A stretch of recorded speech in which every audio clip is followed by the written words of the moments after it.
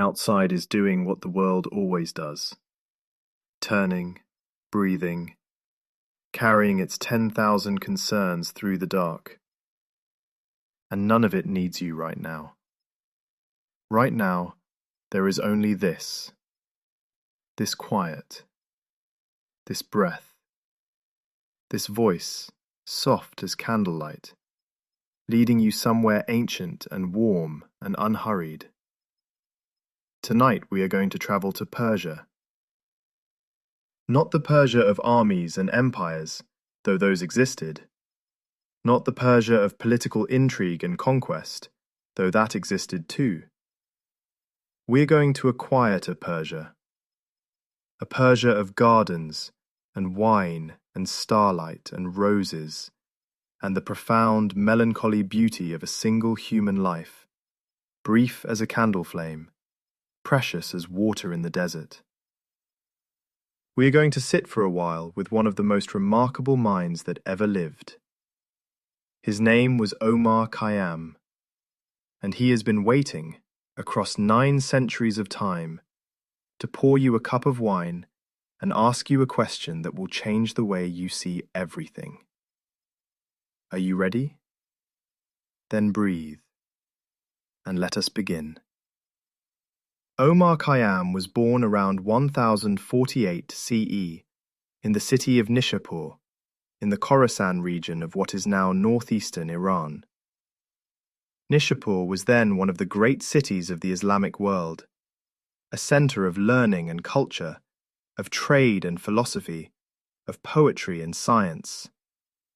A city of gardens and fountains, of scholars and mystics, of the constant movement of caravans carrying silk and spices and ideas from one end of the known world to the other. Into this world came a boy whose name meant, simply, tent maker, Khayyam. Perhaps his family made tents. Perhaps it was an old name, carried down through generations, its origin already forgotten. It doesn't matter. What matters is what the boy became. A mathematician of extraordinary brilliance, an astronomer who reformed the Persian calendar with an accuracy that would not be surpassed for centuries. A philosopher who studied and debated the great questions of existence with the most learned men of his age. And a poet whose 4-line verses, quatrains, rubai in Persian, rubaiyat in the plural, were so compressed with feeling and wisdom and wit and grief and joy that they have never stopped echoing through the world since the day he wrote them. We know him in the West primarily through the translation of Edward Fitzgerald, an English poet who encountered Khayyam's verses in the 19th century and was so struck by them that he spent years rendering them into English, not translating them literally, but recreating them, breathing new life into them in a new language. Fitzgerald's Rubaiyat of Omar Khayyam, published in 1859, became one of the most widely read poems in the English language.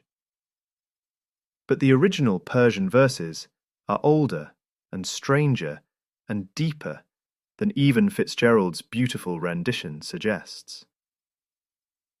Let your body sink a little deeper into rest now. Feel the weight of the night around you. Feel the quietness that has been here all along, beneath the noise of the day, waiting for the day to end so it could be heard again. Good.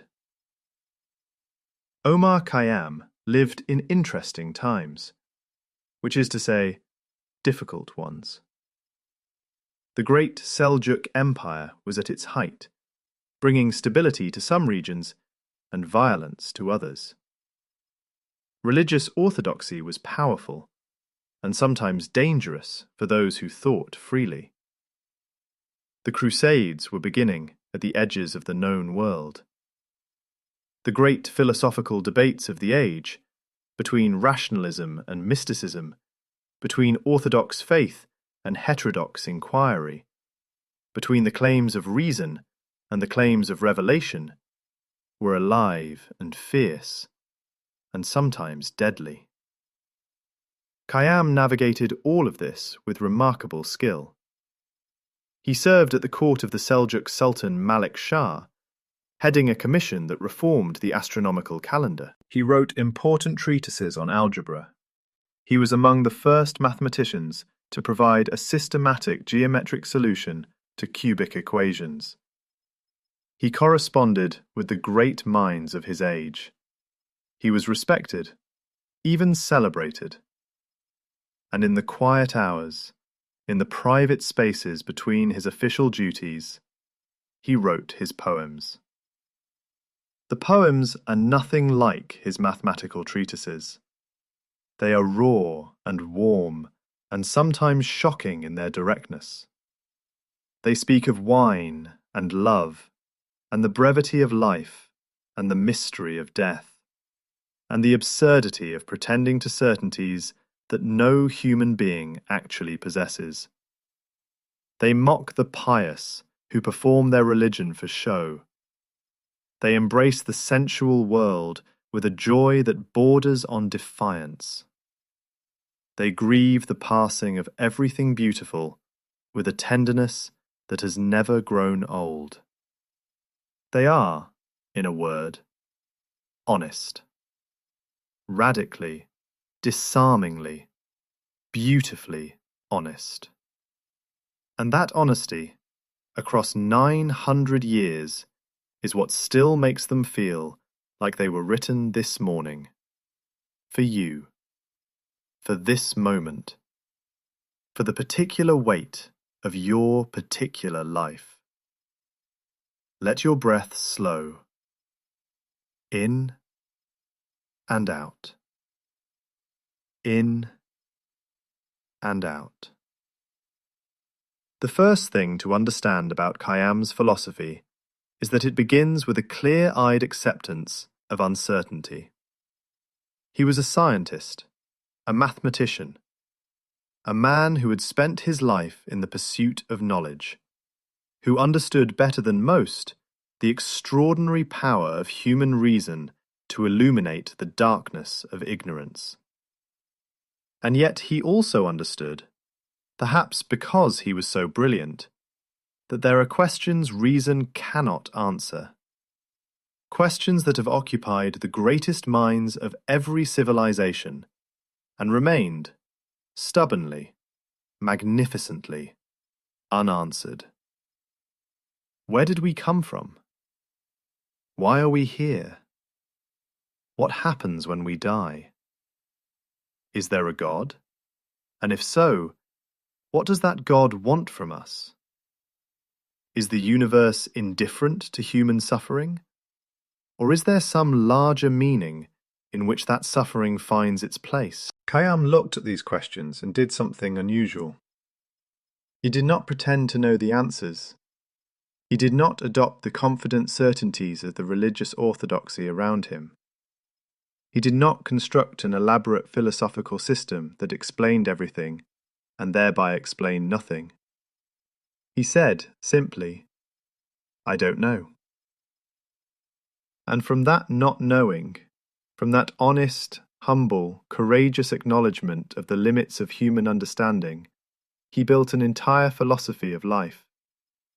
A way of being in the world that does not depend on certainty, that does not require answers to the unanswerable questions, that finds, in the very fact of not knowing, a kind of freedom. He wrote in one of his most famous quatrains, "There was a door to which I found no key. There was a veil past which I could not see. Some talk of me and thee, but I make shift to dream that thee and me are less than thee. A door without a key, a veil that cannot be pierced. The great mysteries of existence, standing before us as they have always stood, unmoved by our cleverness or our piety or our desperate need for answers." And Khayyam's response? To make shift, to manage, to live as fully and as honestly and as warmly as possible in the face of the mystery, rather than waiting for the mystery to be solved before beginning to live. This is, when you sit with it, a profoundly liberating philosophy. How much of your own life have you postponed, waiting for certainty that never came? How many moments of genuine presence and joy have you sacrificed on the altar of worry about things that may never happen, or guilt about things that cannot be changed, or anxiety about questions that cannot be answered? Khayyam says, "Stop waiting. The door has no key. The veil will not lift. And the night is young, and the garden is beautiful, and the wine is poured, and you are here. Be here." Let that settle into you now. Let it move down through the thinking mind, past the layer of plans and worries, into the body, into the breath. Be here, just now. The garden that Khayyam speaks of in his poems is not simply a literal garden, though it is that too. It is a symbol, recurring throughout Persian poetry, for the present moment, for the sensory richness of being alive, for the extraordinary, ordinary beauty of a world that offers in every moment more than we have time to fully receive. In Khayyam's time and culture, the garden was the supreme human achievement, the place where nature was cultivated into beauty, where water was coaxed from the earth through ingenious engineering, where roses and cypresses and fountains created a small paradise in the midst of a harsh landscape. The garden was a deliberate act of beauty in a world that did not guarantee beauty. And wine, the wine that Khayyam celebrates so persistently in his poems, that scandalized the orthodox and delighted the free. Wine too is a symbol, as well as a literal thing. It is the symbol of altered consciousness, of the temporary, blessed release from the grinding machinery of the worried mind, of the moment when the self relaxes its grip and something more open and more alive takes its place. Whether you drink wine or not is beside the point. The question Khayyam is asking is, what opens you? What releases you from the prison of your own overthinking? What allows you to be, for a moment, fully and simply present in the extraordinary fact of being alive? For some it is wine. For some it is music. For some it is the physical exhaustion of hard work or long walking. For some it is love. For some it is prayer. For some it is exactly this: the quiet of the night, the loosening of the day's grip, the slow drift towards sleep. Whatever it is for you, that is Khayyam's wine. And he says, drink it. Don't wait. Don't save it for some future occasion that may never come. The rose is blooming now. The night is beautiful now. You are alive now. Breathe in. Breathe out. Feel the quiet around you. Feel the darkness, soft and warm, like a blanket the night has laid over everything. This is the garden. You are already in it. Khayyam wrote extensively about time, about its passing, about the way that every moment, even as it arrives, is already leaving, about the strange, vertiginous quality of human existence, how we are always between what was and what will be, never quite able to grasp the present before it becomes the past. He wrote, The moving finger writes, and having writ, moves on. Nor all thy piety nor wit shall lure it back to cancel half a line, nor all thy tears wash out a word of it. The moving finger. Time, writing the story of your life, moment by moment, word by word, and moving on without pause, without erasure, without the possibility of revision. What has been written has been written. The past is fixed, immovable, beyond your reach, beyond your tears, beyond your most fervent wishes. This can sound cruel at first, but Khayyam intends it as a liberation. Because if the past cannot be changed, then you are released from the exhausting project of endlessly revising it in your mind.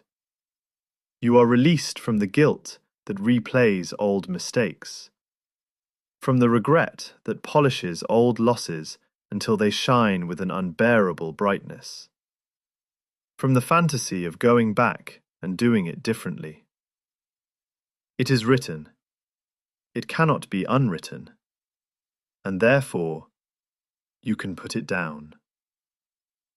Not forever, necessarily, not without honoring what it meant and what it cost, but tonight, in the dark, you can set it down beside you and rest. The moving finger has already written that page. Your job right now is not to rewrite the past. Your job right now is simply to sleep. Let the past be where it is. Let it rest. And let yourself rest too. There is another quality to Khayyam's relationship with time that is worth dwelling on as you drift towards sleep.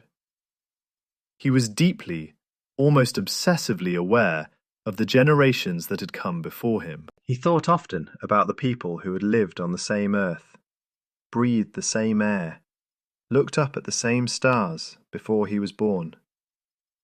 He wrote about the clay beneath his feet and wondered whose bones it held.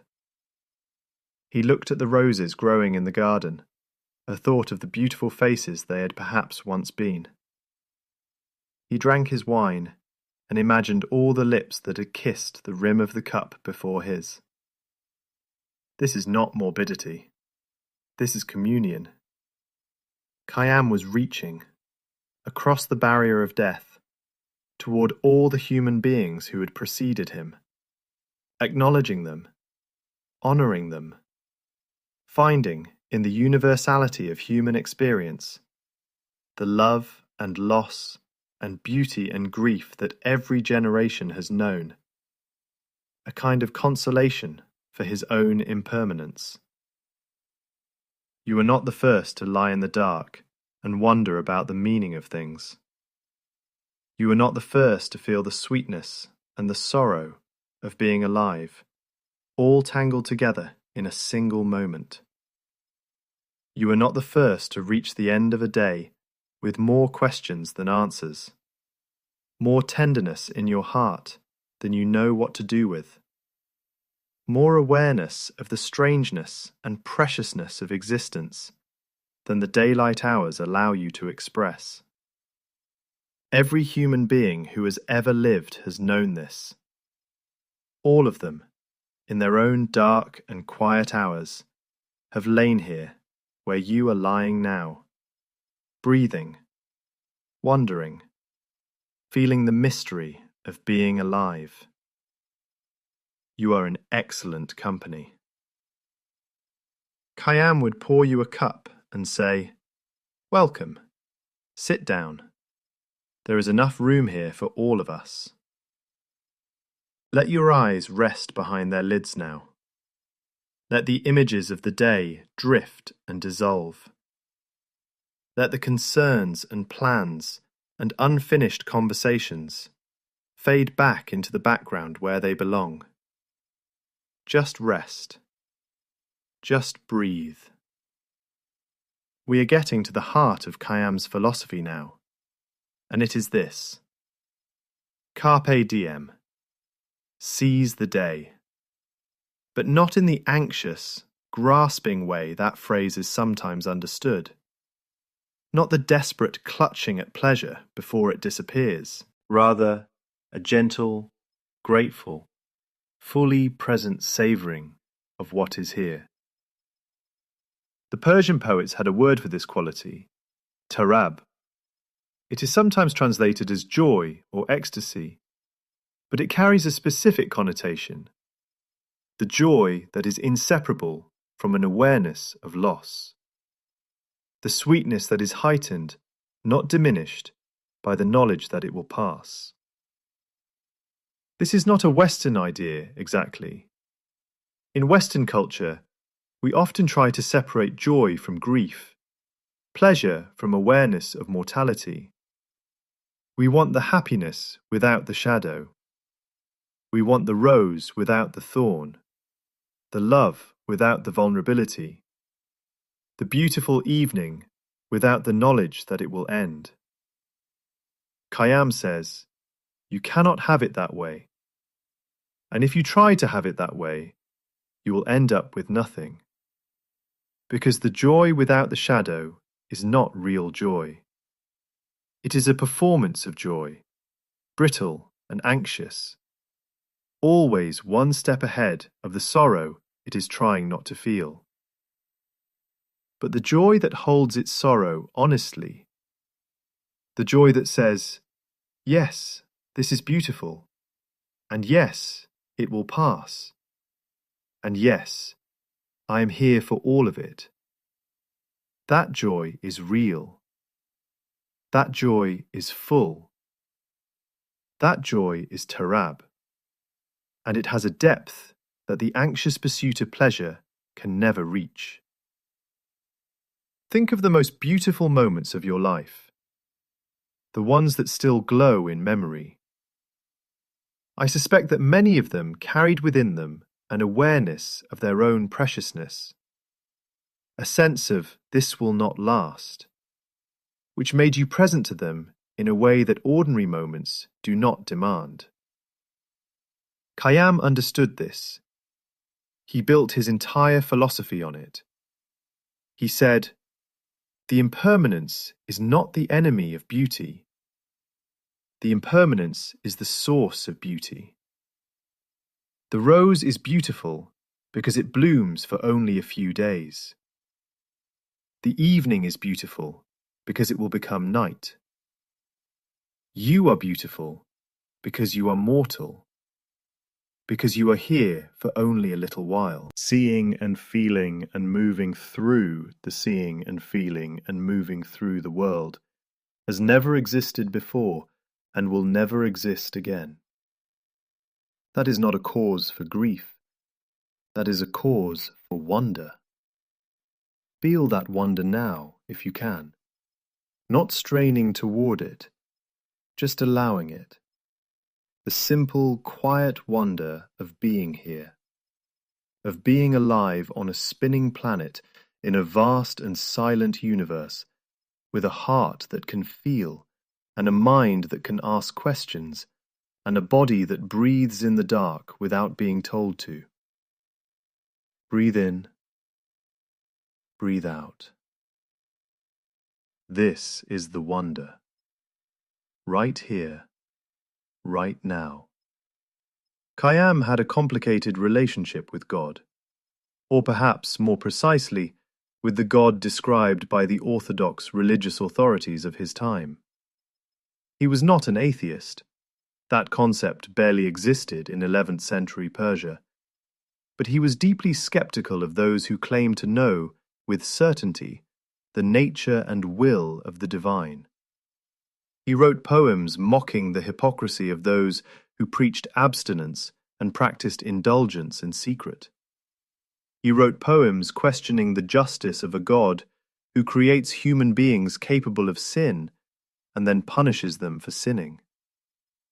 He wrote poems that trembled on the edge of what his society would have considered heresy, and he wrote them anyway, or at least, he wrote them privately. in the language of metaphor and symbol that the Persian poetic tradition had developed as a kind of protective camouflage for dangerous ideas. But beneath the skepticism and the wit and the gentle mockery of religious pretension, there is something else in Khayyam. A genuine awe. A genuine humility before the mystery of existence.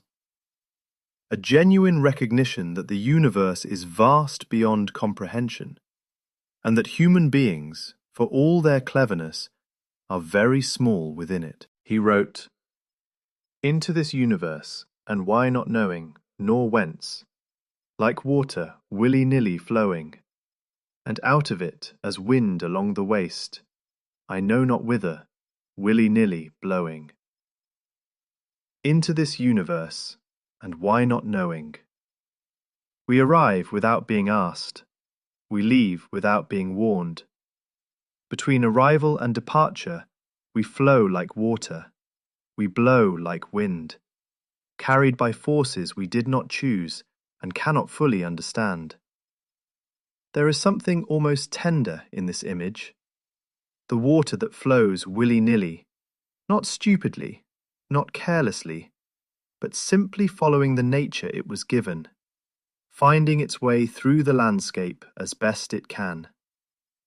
The wind that blows along the waste, not lost, not failing, but moving, always moving, expressing its windy nature in the only way wind knows how.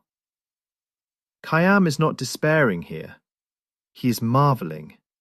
He is saying, look at us, these extraordinary, improbable creatures, arriving from mystery, departing into mystery, spending the brief, blazing interval between in gardens and arguments and love affairs and equations and poems.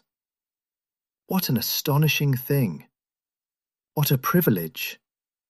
What a gift, even if no one can say with certainty who gave it. Let that sink into you now. Let the marvel of your own existence rest in you for a moment, without needing to be justified or explained or defended. You are here, against enormous odds, across an incomprehensible chain of accidents and choices and circumstances, stretching back through your parents and their parents and their parents, all the way to the first stirring of life in the ancient seas. You are here, breathing, wandering, alive in the dark. What an astonishing thing! The body is heavy now. The limbs are warm. The mind is beginning to loosen its grip on the day, on the plans, on the identity it maintains with such constant effort. Let it loosen. Let it rest. The wine is poured. The garden is quiet. The stars are doing their ancient work above you, and Khayyam, somewhere across 9 centuries of time, is raising his cup. To you, to this, to the extraordinary, improbable, beautiful fact of being alive. One of the recurring themes in Khayyam's poetry is the image of the potter and the clay. He returns to it again and again, with different emphases, different angles, different tones, sometimes playful, sometimes sorrowful, sometimes furiously questioning. The image is this: we are vessels made by a potter. We did not choose the clay we are made of.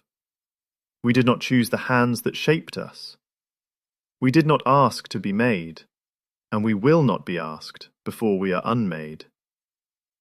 He wrote of pots in a potter's shop, all the different shapes and sizes, each with its own particular character. And he imagined them as human beings, puzzling over their existence, asking the unanswerable questions, each from within the particular form that was given to it, without being able to step outside that form to see the whole. This is the condition of being human. We are inside our own perspective. We cannot step outside it. We see the world through these particular eyes, with this particular history, from within this particular body. We cannot know what lies beyond our knowing. And Khayyam says, this is all right. You don't need to know everything. You don't need to understand the whole design. You are a pot, beautifully, specifically, irreplaceably yourself. And your job is not to understand the potter's intent. Your job is to be what you are, as fully and as honestly and as warmly as you can, for the time you have. This is enough. You are enough, exactly as you are, in this moment. With all the unanswered questions and the unresolved griefs, and the incomplete understanding, and the beautiful, stubborn insistence of your heart on finding meaning in a world that does not always offer it easily. You are a remarkable vessel, and the wine you carry, your particular experience of being alive, your specific tenderness and humour and grief and wonder, is like no other wine in the world. Breathe in, breathe out. Khayyam wrote about friendship, about the particular grace of sitting with someone you love in a garden at the end of the day, with wine and bread and the stars coming out, and nowhere particular to be. About the way that good company makes the mysteries of existence not smaller, but more bearable, more beautiful, more worth inhabiting. He wrote, a book of verses underneath the bough, a jug of wine, a loaf of bread, and thou beside me singing in the wilderness. O wilderness were paradise enow. A book of verses, a jug of wine, a loaf of bread, and thou. The essentials, the things that actually matter, stripped of all the complexity and ambition and noise that usually fill a life. Something to read, something to drink, something to eat, and someone to be with. The wilderness, the difficult, uncertain, often frightening landscape of human existence, becomes paradise enough when these simple things are present. When did you last experience this? This radical simplicity, this stripping away of everything unnecessary until only the essential remains. Maybe it was in a garden on a summer evening. Maybe it was in a kitchen late at night with someone you love. Maybe it was in a moment of unexpected connection with a stranger. Maybe it was in a quiet room, alone with a book and a cup of tea, and the particular luxury of having nowhere to be. Khayyam says, that is enough, more than enough. That is the whole of what we are looking for, dressed in simple clothes. The great seekers, the philosophers and the theologians and the scientists and the mystics have spent millennia searching for the secret of a good life. And Khayyam, with characteristic wit and directness, suggests that the answer might be simpler than all their systems.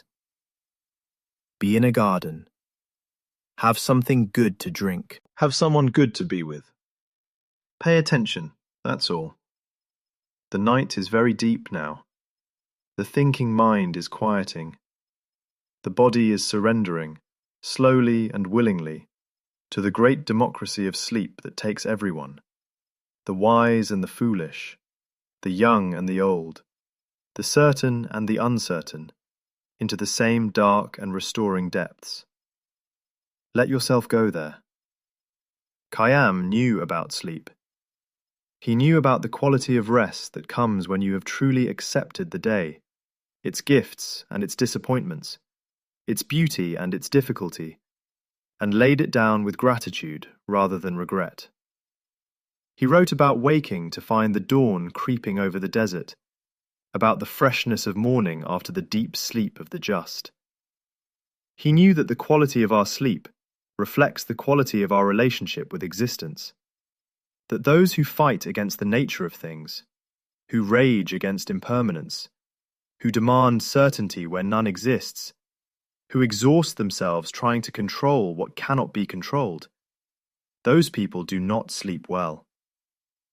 But those who have made a kind of peace with the mystery, who have accepted, even embraced, the not knowing, who have found in the impermanence not a wound, but a source of beauty, those people sleep like the roses sleep, deeply, naturally, their roots drawing quiet nourishment from the dark earth, their petals folded against the night, ready to open again when the light comes. Be a rose tonight. Fold your petals. Let the night nourish you in its dark and patient way. There is one more thing I want to give you before sleep takes you fully. It is perhaps the most important thing in all of Khayyam's philosophy, and it is this: be kind. Not as a moral obligation, not because you will be rewarded for it or punished for its absence, but because you are a brief flame in an enormous dark, and so is every other person you will ever meet. Because the mysteries that perplex you also perplex them, because the losses that have broken your heart have broken hearts just like yours in every generation before you, and will break hearts just like yours in every generation to come. Because the longing for connection, for meaning, for love, for a few hours of genuine warmth in a universe that is mostly cold and silent, that longing is universal. It is the common currency of being human. Khayyam wrote, "O come with old Khayyam, and leave the wise to talk. One thing is certain, that life flies. One thing is certain, and the rest is lies. The flower that once has blown, forever dies. One thing is certain, and the rest is lies. Life flies.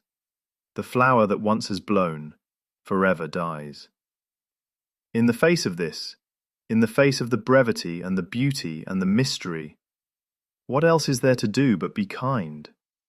What else makes sense? What else is worthy of the gift of being conscious, being alive, being here for this brief, astonishing interval? Be kind to yourself tonight, to the tired, complicated, wondering person lying in the dark, breathing, feeling the weight of the day finally lifting. You have done enough. You have been enough. You are here, which is the whole of what was ever asked of you. Be kind to the people in your life, the ones who are easy to love and the ones who are harder, the ones who have hurt you and the ones who have held you. All of them brief flames in the dark, all of them carrying their own unanswered questions and their own unresolved griefs.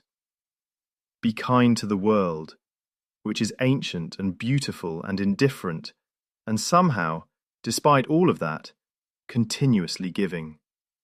Giving light and air and water and the extraordinary diversity of living things, and the stars at night, and the roses in June, and the taste of wine, and the warmth of another body beside you in the dark. Khayyam raises his cup one last time. To you, to life, to the garden that exists wherever a human being is fully, honestly, warmly present in the moment they are actually in, to the wine that is poured and will not be poured again, to the rose that blooms now, in the dark, whether anyone is watching or not, to the stars above you, patient and enormous and utterly indifferent, and somehow, in their indifference, more beautiful than anything that needs us to make it beautiful. To this breath, and this one, and this one. The moving finger moves on. But for now, just for this moment, it has paused. The garden is very quiet. The candle is burning low. Khayyam is smiling, somewhere across 9 centuries, because you are here, because you listened, because you let yourself rest, for a little while, in the oldest and simplest and most radical of his teachings. You are alive, right now, in this dark, in this quiet, in this breath. That is everything. That is enough. That is, if you let yourself feel it fully, more than enough. More than enough. Sleep now. Sleep deeply. Let the garden hold you. Let the stars keep watch. Let the wine of this one extraordinary day, with all it brought, all it asked, all it gave, settle in you, warm and complete. The rose folds its petals. The candle finds its rest. And you are already dreaming. Already somewhere between the wondering and the not wondering. Already in the place where all questions dissolve into the simple, wordless fact of being. Sleep. The garden is beautiful in the dark. The wine is the colour of the night sky. And Khayyam walks among the roses, quiet and unhurried, and he is glad you came. Sleep well. Sleep deep. The stars are patient. The night is long. And you are exactly where you are supposed to be. Here. Now. Always now. Sleep. The night breathes around you. Let it breathe. Let the darkness be what it is. Not an absence, but a presence. The presence of rest. The presence of the unhurried hours between one day and the next. The presence of the ancient, patient world going on without needing anything from you. Omar Khayyam understood the night. He was an astronomer, after all. A man who had spent countless hours in observation towers and open courtyards, his face turned upward, mapping the movements of the stars with a precision that few of his age could match. He knew the night sky the way a shepherd knows his pasture. He knew the names of stars, and the paths of planets, and the slow, majestic turning of the celestial sphere that carries everything.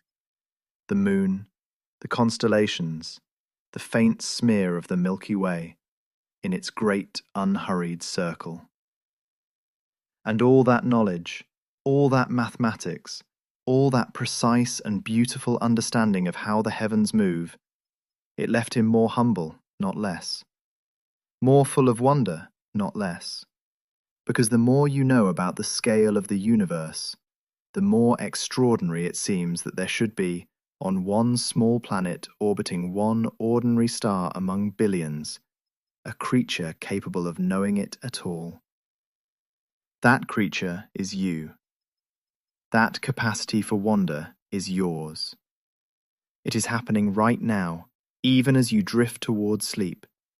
The universe contemplating itself through your particular set of eyes, your particular configuration of neurons and memories and feelings, your particular way of finding the world both beautiful and bewildering. Khayyam found this both humbling and, in a strange way, comforting. If the universe is so vast, if the questions are so large and the answers so elusive, then perhaps the appropriate response is not the frantic striving and achieving and accumulating that fills most human lives. Perhaps the appropriate response is something quieter, something more like what you are doing right now. Being still, breathing, letting the vastness be vast. He wrote a quatrain that has always moved me deeply. In Fitzgerald's rendering, it goes like this. Ah, make the most of what we yet may spend, before we too into the dust descend. Dust into dust, and under dust to lie, sans wine, sans song, sans singer, and sans end. Sans wine, sans song, sans singer, and sans end. Without wine, without song, without the singer, and without end. There is a long time to be without. There is a short time to be with. Khayyam is not trying to frighten you with these lines. He is trying to wake you up, to shake you gently, with a poet's hand, not a preacher's, from the comfortable numbness that makes it so easy to let the beautiful things pass unnoticed, unloved, unsavoured. The wine, the song, the singer. These are not trivial things. These are the substance of a human life. The pleasure, the beauty, the connection, the moments of genuine feeling that make the whole difficult enterprise of being alive worthwhile. Do not let them pass you by. Do not be so busy, so worried, so caught up in the machinery of getting and spending that you arrive at the end and realize you are present for very little of it. This is the recurring message of Khayyam's philosophy, returned to again and again from different angles, in different lights, with different degrees of sorrow and of wit. Wake up. Pay attention. The roses are blooming now. Now. Not tomorrow. Not when things settle down. Not when you have sorted out the problem that is currently occupying so much of your mental bandwidth. Now. This improbable, unrepeatable, extraordinary now. And right now, this particular now, the most alive thing you can do is sleep. Truly sleep. Deeply sleep.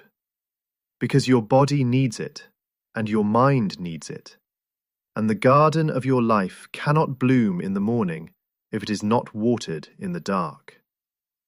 So let this be your act of presence right now. Let this be your savouring of the moment.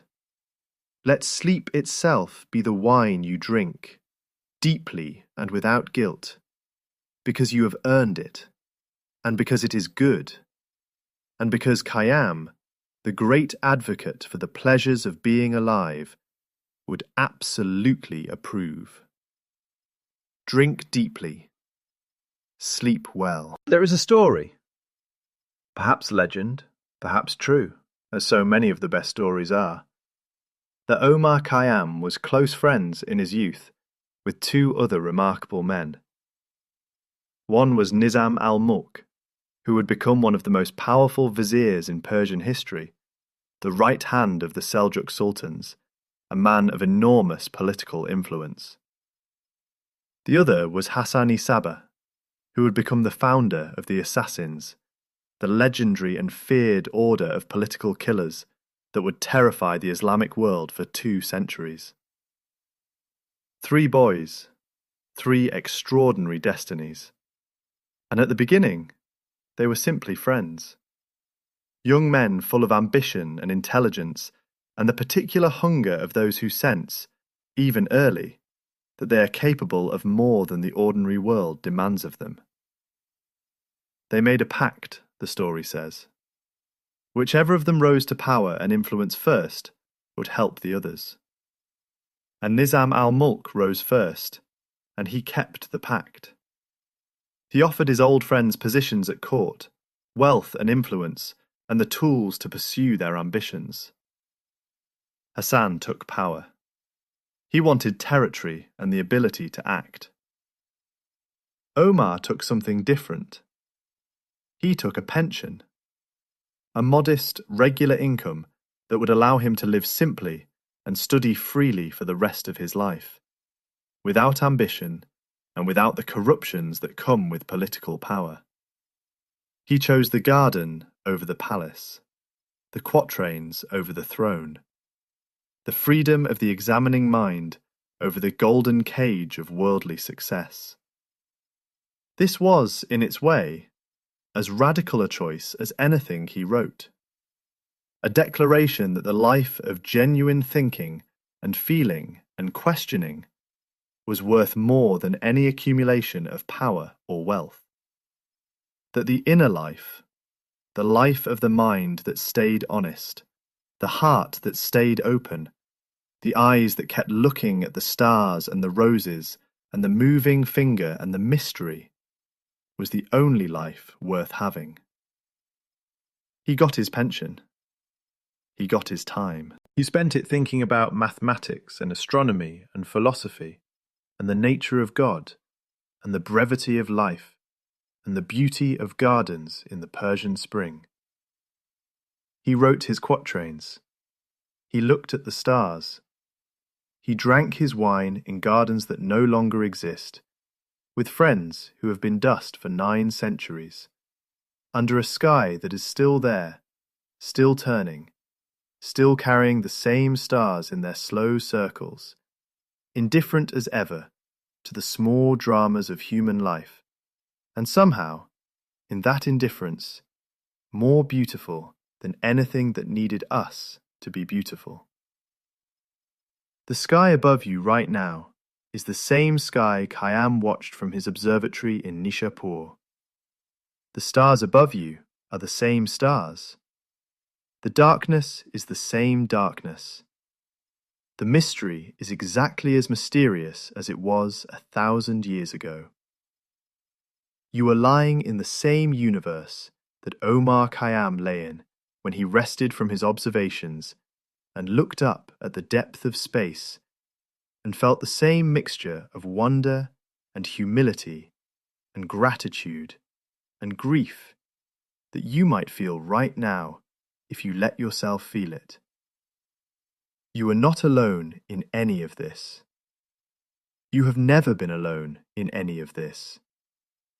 The whole long human conversation, across all the languages and centuries and cultures, across all the different ways that human beings have tried to make sense of being alive, is happening around you all the time, if you are quiet enough to hear it. And tonight you are quiet enough. So listen. The roses say, "Be here." The stars say, "Be small and be astonished." The wine says, "Let go." And Khayyam says, with that particular smile of his, the smile of a man who has looked clearly at everything, including the hardest things, and found on the other side of looking not despair, but a kind of weathered, warm, unshakable joy. The question is not whether life is short. It is. The question is not whether we will all return to dust. We will. The question is not whether the mysteries will be resolved. They won't. What kindness will you give, knowing that it costs nothing and means everything? The moving finger writes, and having writ, moves on. And what it writes, right now, in this moment, in the book of your particular life, is rest, is sleep, is the deep, unhurried, restorative surrender of a mind and body that have done their work today and know, with the wisdom of the body, if not always the wisdom of the mind, that they must rest before they can work again. Sleep is not a defeat. Sleep is not a waste of the precious hours. Sleep is the most ancient and necessary of human rituals, the nightly return to the ground of being, the small death that makes the morning possible, the restoration of everything that the day depletes. Khayyam would call it the kindest gift the universe gives us. Every night, without fail, without condition, without requiring anything of us in return, the darkness comes. The weariness comes. The letting go becomes inevitable. And something in us that is older and wiser than our thinking mind surrenders, naturally, to the night.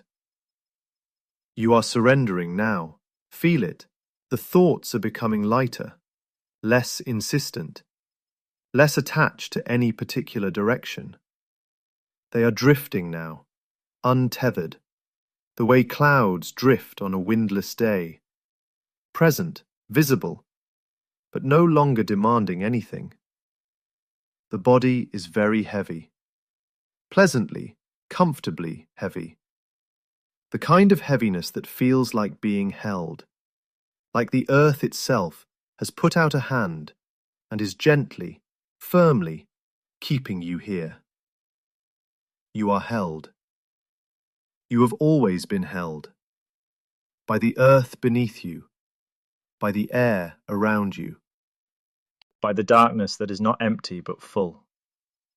Full of the sleeping world, full of the quiet breathing of everyone who is resting now, in cities and villages and forests and deserts, and on boats in the middle of dark oceans.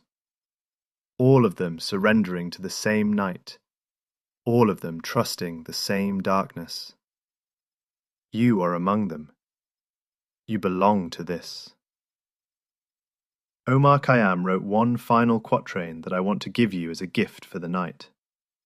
It is, in some ways, the most peaceful thing he ever wrote.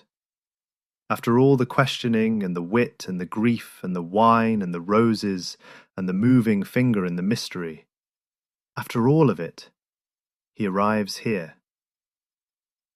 And when like her, O Saki, you shall pass, among the guests star-scattered on the grass, and in your joyous errand reach the spot where I made one, turn down an empty glass.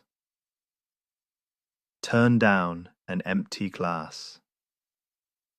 This is the gesture of a completed thing, a life that was poured out fully, that did not hoard itself, did not hold back, did not save itself for a perfect moment that never came, and that is now empty and at peace.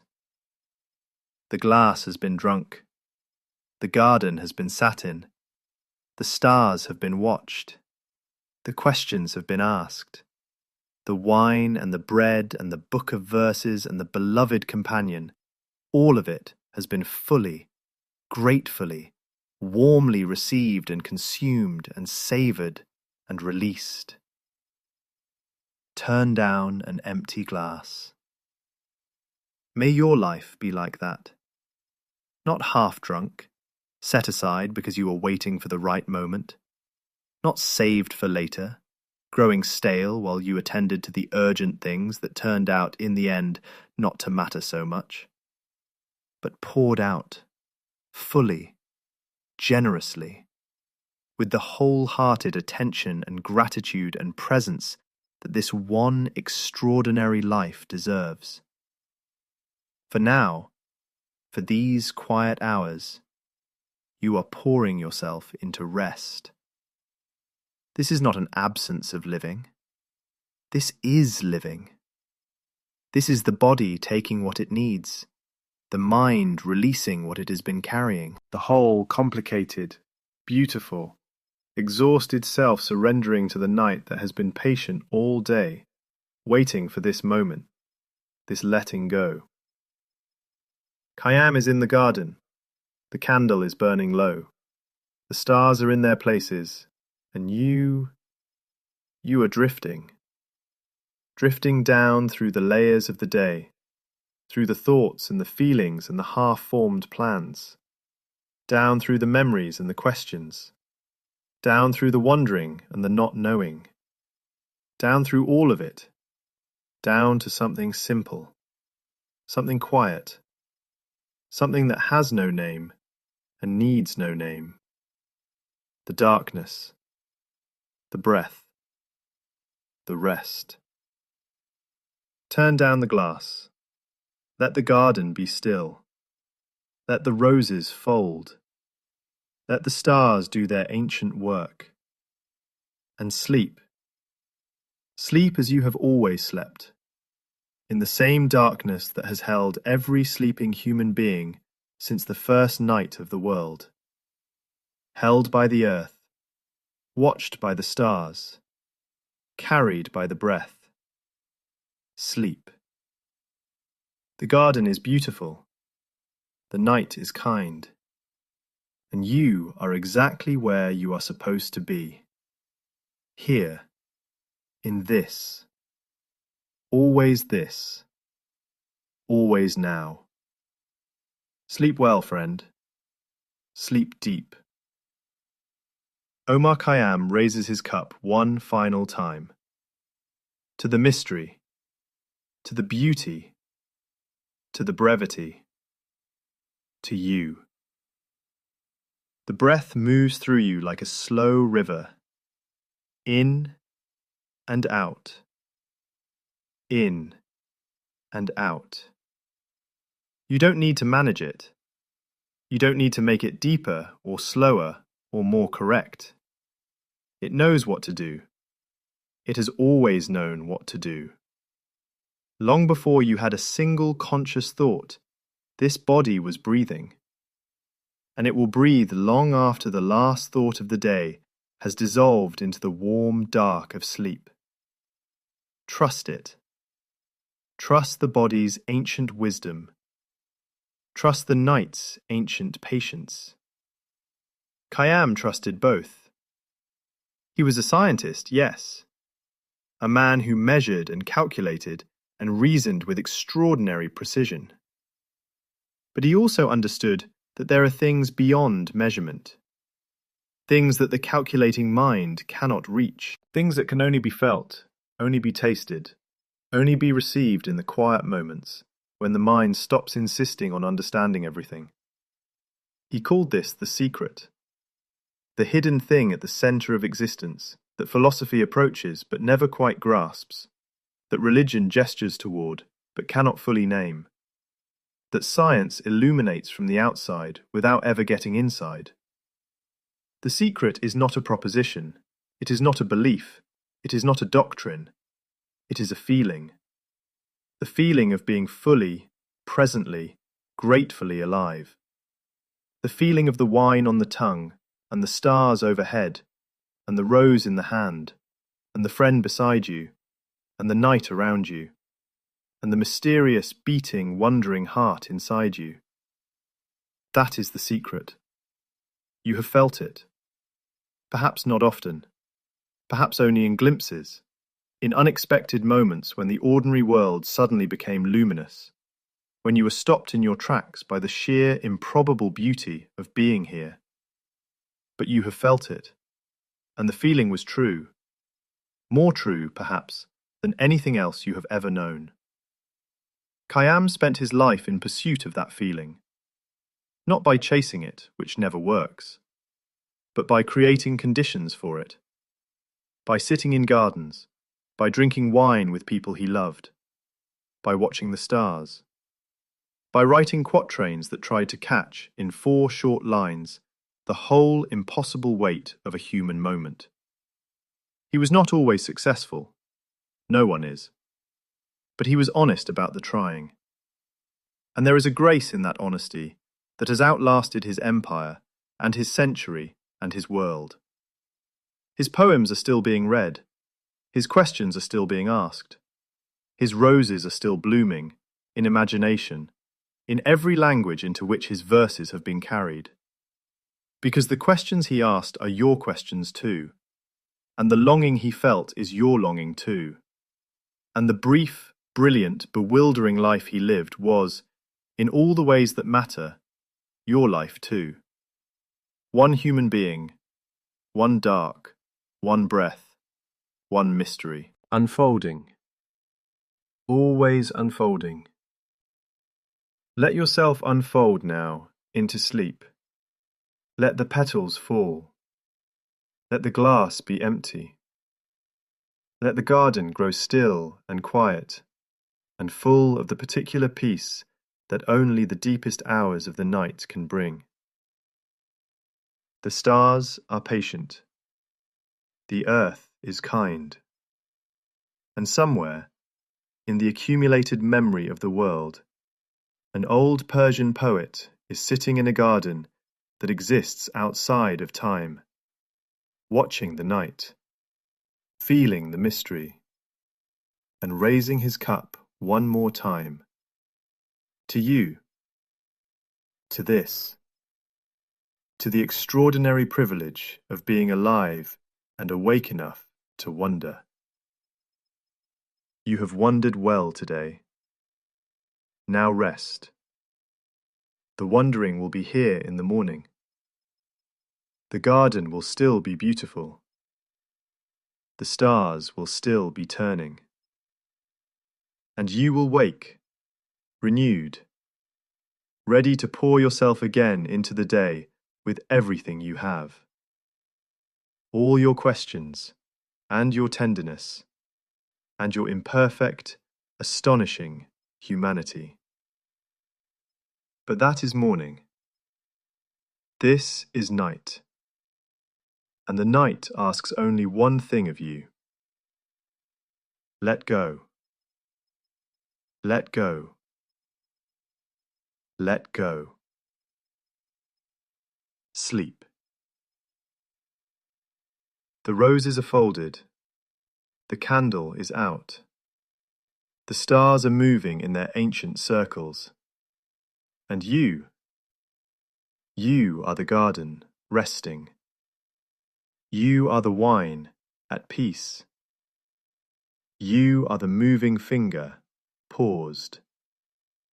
You are the mystery, breathing. Sleep well. Sleep deep. Sleep, and let the great Persian night carry you home.